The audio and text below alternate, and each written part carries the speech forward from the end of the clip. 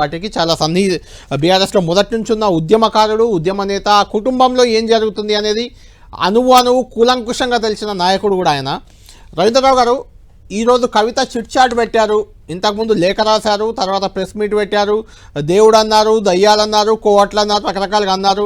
సరే, కొద్ది 4 రోజుల నుంచి కొంచెం సైలెంట్గా ఉన్నారు. కేసీఆర్ యాక్షన్ లేదు, కేటీఆర్ రియాక్షన్ పెద్దగా లేదు, హరీష్ రావు అసలు నోరే విప్పలేదు కవిత ఎపిసోడ్పై. కీలక నేతలు కేటీఆర్ మాత్రం ఒక కామెంట్ చేశారు. చివర్లో మీడియా అడిగితే పార్టీలో అందరూ కార్యకర్తలే, పార్టీకి కట్టుబడి ఉండాలి, ఏదున్నా ఇంటర్నల్గా మాట్లాడుకోవాలి, ఆయన వర్కింగ్ ప్రెసిడెంట్ హోదాలో హుందాగానే చెప్పారు. చివర్లో వింటే రేవంత్ కోవట్ ఎవరైనా ఉన్నారేమో అని మీడియా అడిగితే అనుకుంటూ వెళ్ళిపోయారు. ఆ రేవంత్ కోవట్ కవిత అనే చర్చ బయట నడిచింది అనుకోండి, అది వేరే అంశం. ఆ తర్వాత ఎవరో ఇద్దరు, దామోదరరావు, గంగమోహన్ రావు అడ్వకేటు, ఒక మీ రాజ్యసభ సభ్యుడు కూడా దామోదరరావు వెళ్ళారు. అది వాళ్ళు కేసీఆర్ పంపితే వెళ్ళారని ఒక వర్గం, అసలు వాళ్ళే వెళ్ళి ఏదో అయోధ్య కుదురుదామని ప్రయత్నించారని మరికొంతమంది చెప్తున్నారు. ఏది నిజమో కూడా తెలియదు. వెళ్ళిన తర్వాత అక్కడ కేసీఆర్తో మాట్లాడించే ప్రయత్నం చేశారు, కేసీఆరే మాట్లాడడానికి సిద్ధంగా లేరని, లేకుంటే కవిత కేసీఆర్ను కలిసే ప్రయత్నం చేసింది, కేసీఆర్ కలవలేదని, ఇలా రకరకాల బయట చర్చ జరిగింది. అది ఏంటి, ఏది నిజం ఏది అబద్ధం అని తెలుసుకునే లోపే ఈరోజు గంట పాటు కవిత మీడియాతో చిట్చాట్ చేశారు. అందులో అంశాలు మీరు చూసే ఉంటారు దాదాపు ఇప్పటికే. నేను మీకు కొన్ని చెప్తాను, ఆ అంశాలు చెప్పిన తర్వాత మీరు రియాక్ట్ అవ్వండి. నేను ఎవ్వరి నాయకత్వం కింద పనిచేయను, నా నాయకుడు కేసీఆర్, ఆయన కిందే పనిచేస్తా అంటే ఇది బయట కన్వే అవుతుంది. ఏంటంటే కేటీఆర్ మా నాయకుడు కాదు, కేటీఆర్ కింద పనిచేయను అనే రకంగా కన్వే అవుతుంది. 2, ఉన్న పార్టీని కాపాడుకోవాలి, కొత్త పార్టీలు ఎందుకు అంటే దాని పార్టీ పెట్టాను అనే రకంగా ఇది ఒక వ్యాఖ్య కనిపిస్తుంది. అమెరికా వెళ్ళి వచ్చేసరికి కుట్ర చేశారు. ఆ కుట్ర చేసింది కూడా ఎవరంటే తాను పార్టీలో నుంచి బయటకు వెళ్తే ఎవరికి లాభమో వాళ్ళు కుట్ర చేశారు. అంటే కవిత బయటకు వెళ్తే లాభం ఎవరికి ఉంటే గింటే కేటీఆర్కు, హరీష్ రావుకు ఉంటుంది. కేసీఆర్ ఎలాగూ నాయకుడే కాబట్టి ఆయనకి ఏమి ఉండదు కాబట్టి ఆయన కాదు. సంతోష్ కుమార్, మహా అయితే సంతోష్ కుమార్ కూడా ఉండొచ్చు. నన్ను కేసీఆర్ను విడదీసే కుట్ర జరుగుతుంది, కూతుర్ని తండ్రిని విడదీసే కుట్ర జరుగుతుంది పార్టీలో, మీ పార్టీలో, అది కవిత గారు చెప్తున్నారు.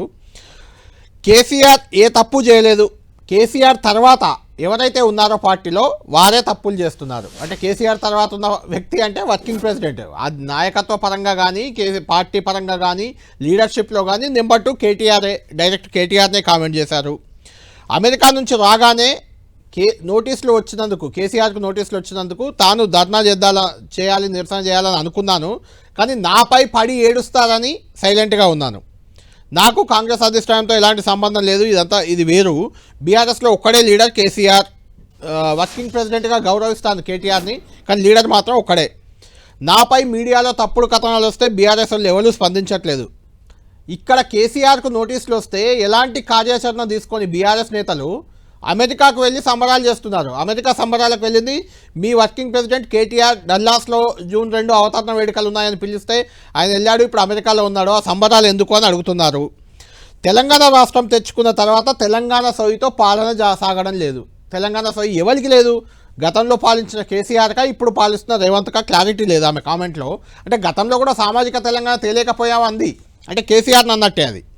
పార్టీలో ప్రతి ఒక్కరూ పనిచేయాలని కేసీఆర్ చెప్పారు, కానీ కొందరు విదేశాల్లో మీడియా సెల్స్ పెట్టుకొని దొంగ దెబ్బ తీయడానికి చూస్తున్నారట. మరి అది మీడియా సెల్స్ విదేశాల్లో ఎవరికి ఉన్నాయో మీకే ఎక్కువ తెలియాలి, మీరే చెప్పాలి. అది కూడా అంతా మేమే చేశామని కొందరు అంటే జనం నవ్వుకుంటున్నారు. వరంగల్ సభ మీకు అనుసంధానంలో జరిగింది, మీ జిల్లాలో జరిగింది, ఆ సభను విజయవంతం చేసింది కేసీఆరే, అంతే తప్ప ఇంకెవ్వరు కాదంటున్నారు. కేటీఆర్ ఏం చెప్తారు, కేటీఆర్ ఆ సభ బాధ్యతలు దాదాపు అంతా కేటీఆర్ఏ తీసుకొని ఆయన ఒక్కరే బాధ్యత తీసుకున్నారు, మిగిలిన నాయకులను కార్యకర్తలను మోటివేట్ చేశారు. ఆ సభ విజయవంతానికి కేటీఆర్ కృషి చాలా ఉంది, అది ఓపెన్ సీక్రెట్, కానీ కవిత ఒప్పుకోవట్లేదు. అది మరి అంత తెలంగాణ వనరులను దోచుకునే ప్రయత్నం చేస్తున్న బీజేపీకి పట్టం కట్టే ప్రయత్నం చేస్తున్నారు బీఆర్ఎస్లో ఉన్న కొందరు. ఎవరో నేను జైల్లో ఉన్నా పర్వాలేదు, బీజేపీతో పార్టీని విలీనం చేయొద్దు అని చెప్పాను. అంటే బీఆర్ఎస్ని విలీనం చేసే చర్చలు కూడా కవితను జైల్లో నుంచి తేవడానికి జరిగాయి అనే రకంగా ఈ వ్యాఖ్య ఉంది. అంటే ఒక్క కవిత కోసం పార్టీనే మీరు పనంగా పెట్టారా, అది కూడా ఇంట్రెస్టింగ్ పాయింట్. వెన్నుపోటు రాజకీయాలు చేయనట, సామాజిక తెలంగాణ కోసం పనిచేస్తానని ప్రకటించారు.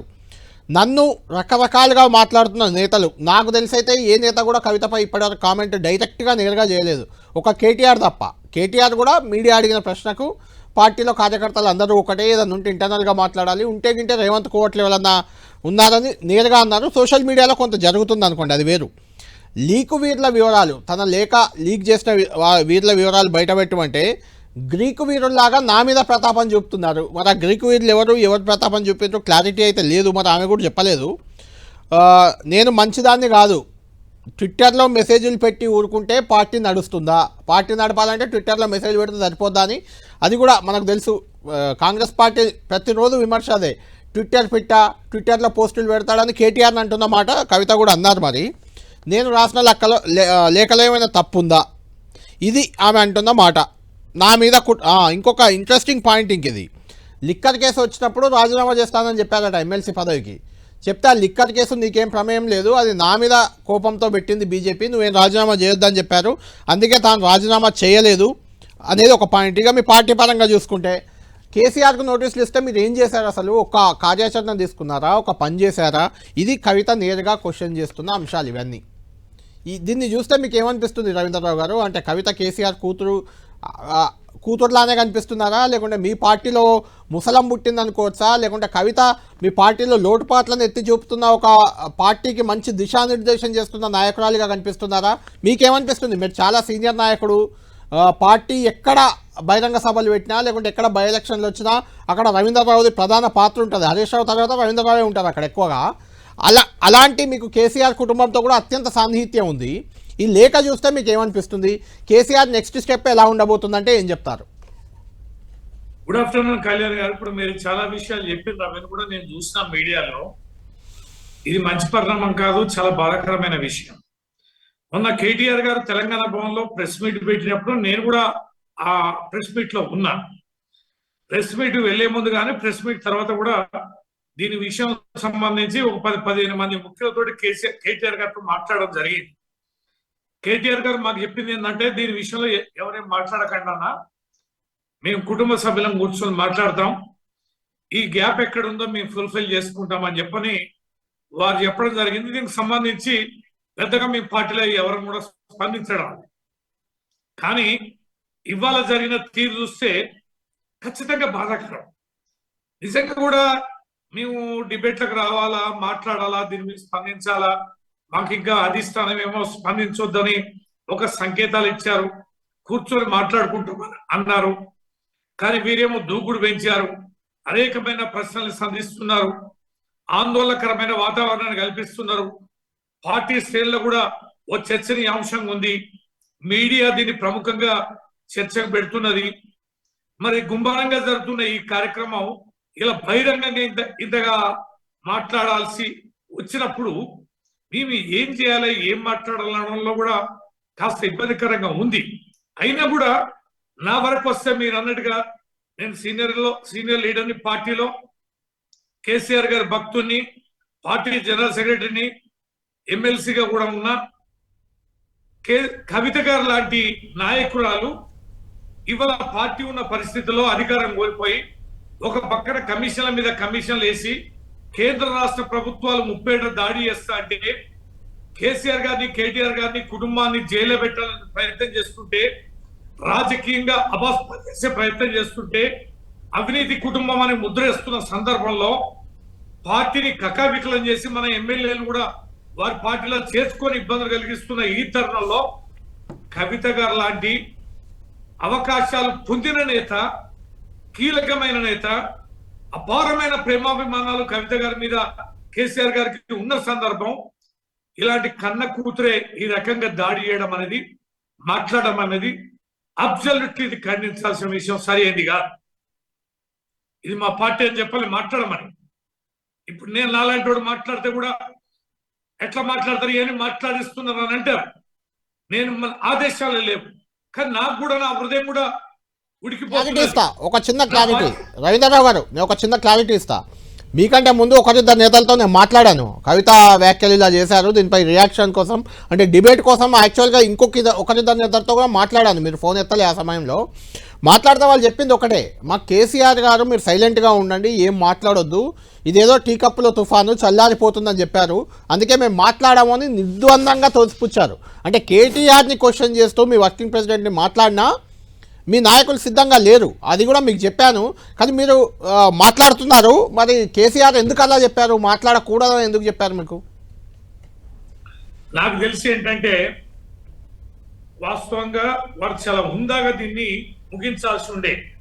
అమెరికా నుంచి దిగగానే ఎయిర్పోర్ట్ లో నేను సలహాలు సూచనలు చేసింది వాస్తవమే.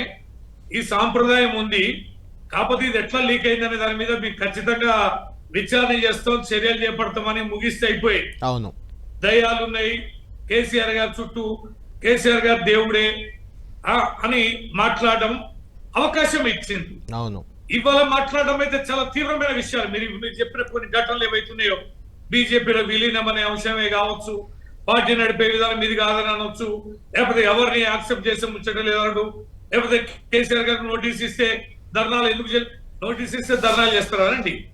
ఇప్పుడు దాన్ని ఎట్లా ఎదుర్కోవాలి, ఒక వ్యూహం ఉంటుంది. రేపు 5వ తారీఖు నాడు కేసీఆర్ గారు ఒకవేళ విచారణకు హాజరు కావాల్సి వస్తే యావత్ తెలంగాణ స్పందిస్తారు, ఎక్కడికక్కడ మద్దతుగా కదులుతారు. కేటీఆర్ గారు కూడా ఏసీపీ ఆఫీసు పిలిచి అరెస్ట్ చేస్తారు అన్నప్పుడే ఆ ఏసీపీ కార్యాలయం దగ్గరికి కొంతమంది పోయాం. మేము ప్రజాస్వామ్యాన్ని గౌరవించేవారు. రాజకీయ కుతంత్రాలతోటి బీఆర్ఎస్ పార్టీని కథం చేయాలని కేసీఆర్ గారిని వ్యక్తిగతంగా దాడి చేసి లక్ష్యంగా చేసుకొని మరి కేంద్ర రాష్ట్ర ప్రభుత్వాలు పనిచేస్తున్న ఈ సందర్భంలో మీరు సమయం పాటించాలి, పకడ్బందీ వ్యూహం ఉండాలి, ఒక పద్ధతి ప్రకారం ఎదుర్కోవాలి తప్ప కాగితం ఇయ్యగానే నోటీస్ ఇయ్యగానే బెంబేలు ఎత్తిపోయి రోడ్ల మీదకి ఎక్కి ఆగమైతుంది. ఇది ఆవిడ మాట్లాడడం సరైనది కాదు. అది నిజంగానే కేసీఆర్ గారిని అరెస్ట్ చేయాల్సి వస్తే, నిజంగానే కేసీఆర్ గారి కార్యాలయానికి సందర్శించాల్సి వస్తే ఖచ్చితంగా స్పందిస్తాం. ఎప్పుడు ఎలా 14 సంవత్సరాలు ఉద్యమాన్ని నేర్పిన నేతకు నేర్పాలా తెలీదా? వీరు కూడా ఉద్యమంలో ఉన్నారు కదా, అప్పుడు ఎన్ని మాట్లాడలే. కేసీఆర్ గారు ఇంట్లో వెళ్తామన్నాడు, ఉద్యమాన్ని నీరు గాల్చాడు, లాలొచ్చి పడ్డాడు అని ఎంతమంది నేతలు వదిలిపెట్టుకోలే, ఎంతమంది పార్టీలు పెట్టలే, ఎన్ని విధ్వంసాలు చూసినామండి మన గతంలో. ఇవాళ ఓడిపోయినాక ఇవాళ కమిషన్ల మీద కమిషన్లు వేసి అనేక కుట్రల కుతంత్రాలు 2 జాతీయ పార్టీలు అధికారంలో ఉండి చేస్తున్న ఈ సందర్భంలో తండ్రికి బాసటగా నిలిచి మరి ప్రజలకి కార్యకర్తలకి మనోధైర్యం ఇవ్వాల్సిన కీలకమైన నేత, కుటుంబ సభ్యురాలు ఈ రకంగా ఆందోళన కలిగించే రీతిలో మాట్లాడితే ఏం మాత్రం కూడా సరైనదిగా. రవీంద్రరావు గారు, ఇప్పుడు కవిత పార్టీ లైన్ దాటిందని భావించవచ్చా? పార్టీ లైన్ దాటారు, లైన్ దాటారు, దాంట్లో సందేహం లేదు. నా వరకు నేను చెప్తున్నా, ఇది కవిత గారు తన తండ్రి కష్టాల్లో ఉన్నప్పుడు, ఈ పార్టీ కష్టాల్లో ఉన్నప్పుడు, తెలంగాణ ప్రజలు కేసీఆర్ గారి నాయకత్వం కోరుకుంటున్న సందర్భం, ఈ ప్రభుత్వం అన్ని విషయాల్లో విఫలమవుతున్న సందర్భం, ప్రజలు బీఆర్ఎస్ పార్టీకి కేసీఆర్ గారికి బ్రహ్మరథం పడుతున్న సందర్భంలో ఈ రకంగా తానే కన్న కూతురే కష్టాలలో ఉన్న కవిత గారికి అండగా నిలిచిన ఈ పార్టీ, ఈ నాయకుడు వీరినే నిందించడం అనేది సరి అయింది కాదు. మీకేమనుంటే డోర్ వేసుకొని మాట్లాడండి, కుటుంబంలో కూర్చొని మాట్లాడండి. బీఆర్ఎస్ పార్టీ త్యాగాల పార్టీ, ఉద్యమాలు చేసిన నేతలు ఉన్నారు. ఆస్తులు బొడగొట్టుకొని కేసుల పాలై, జైళ్ల పాలై, సకరం వడ్డించి తెలంగాణ కోసం పోరాడి కేసీఆర్ గారు లాంటి మహోన్నత నేతని ఆదర్శంగా తీసుకొని వెన్నంటి ఉన్న ఇంత కీలకమైన పార్టీని తెలంగాణ గడ్డ మీద కుటుంబ సభ్యులైనా సరియే, ఎవరైనా సరియే, కేసీఆర్ గారిని ప్రశ్నించడం, ఎదిరించడం, విఘాతం కలిగించడం, పార్టీకి ఇబ్బంది కలిగించే చర్యలు చేపడితే లైన్ దాటినట్టే. దీనిని తీవ్రంగా పరిగణించాల్సిందే. కేటీఆర్ గారు, కేసీఆర్ వర్కింగ్ ప్రెసిడెంట్, మాకు చాలా సంవత్సరాలు అయింది, వారి నాయకత్వంలో పనిచేస్తున్నాం. నేను యాక్సెప్ట్ చేయనంటే మీరు యాక్సెప్ట్ చేయకండి. ఏమన్నా పార్టీ వద్దనదా? పార్టీ తరఫున మేమేమన్నా ఆక్షేపించినామా? మీ తీర్మానాలలో ఏమన్నా ప్రశ్నించినామా? మాకు నచ్చలేదని చెప్పినామా? కేసీఆర్ గారికి, కవిత గారికి పదవులు ఇస్తే కూడా మేము వద్దన నేను చెప్పినామా? అనలేదు కదా. మీ కుటుంబాలు, కుటుంబ సభ్యులు ఉద్యమంలో పాల్గొన్నారు, పోరాటం చేసిండ్రు, అగ్రభాగాన నిలబడినరు, త్యాగాలు చేసిండ్రు. మీరు కూడా పదవుల కరువులే అనుకున్నామే తప్ప మేము ఎప్పుడు ప్రశ్నించలేదే, ఎప్పుడు మేము మీ కుటుంబ సభ్యులకే పదవులను అనలేదే. రైట్ రవీంద్రరావు గారు, చాలా విలువైనవి. రవీంద్రరావు గారు, ఫైనల్ గా కంక్లూడ్ చేద్దాం. కవిత పార్టీ ఖాయమని మీకు అత్యంత సన్నిహితుడు దిలీప్ కుమార్ గారు కూడా మీ జిల్లానే ఇంతకుముందు ఎమ్మెల్సీగా ఉన్నారు. ఆయన కూడా చెప్తున్నారు బయట వాతావరణం కూడా అలానే కనిపిస్తుంది, కవిత పార్టీ పెట్టడం ఖాయం అంటే ఆమె పార్టీ పెట్టేదాకా ఇలానే వదిలేస్తారా లేకుంటే ఆమెపై చర్యలు తీసుకోవాలని మీరు పార్టీ ప్రధాన కార్యదర్శిగా కూడా ఉన్నారు. ఏమైనా కేసీఆర్కు సూచన చేస్తారా, కోరుతారా? కేసీఆర్ ఎవరి మాట విన్నారు, అఫ్ కోర్స్ ఆయన నిర్ణయం ఆయనకు ఉంటుంది, అది వేరే విషయం. ఇప్పుడు దిలీప్ కుమార్ గారు బాగా అని తెలిసిన వారు అన్నారు అంటే చాలా విషయాలు తెలిసే మాట్లాడతారు. అవును, ఇక పార్టీ పెడతదా, పార్టీలో ఉంటుందా, పోతుందా అనేది ఆమెకు సంబంధించిన విషయం. ఆమెకు సంబంధించిన విషయాలు ఎవరు పడితే వారు రోడ్ మ్యాప్ వేసేస్తాను. ఇక ఆమె రోడ్ మ్యాప్ ఎవరు దోసిన పద్ధతిలో వాళ్ళు వేసేస్తూనే ఉన్నారు. ఆమె రోడ్ మ్యాప్ ఏంటి, ఆమె రోడ్ మ్యాప్ ఏంటి మీకేమైనా అర్థమవుతుందా? ఇప్పుడు కళ్యాణ్ గారు మనం ఎన్ని చూడలే, మనము మీరు కూడా ఉన్నారు సుదీర్ఘకాలం ఉద్యమాన్ని, కేసీఆర్ గారి కుటుంబాన్ని దగ్గర నుంచి చూసిన వారు.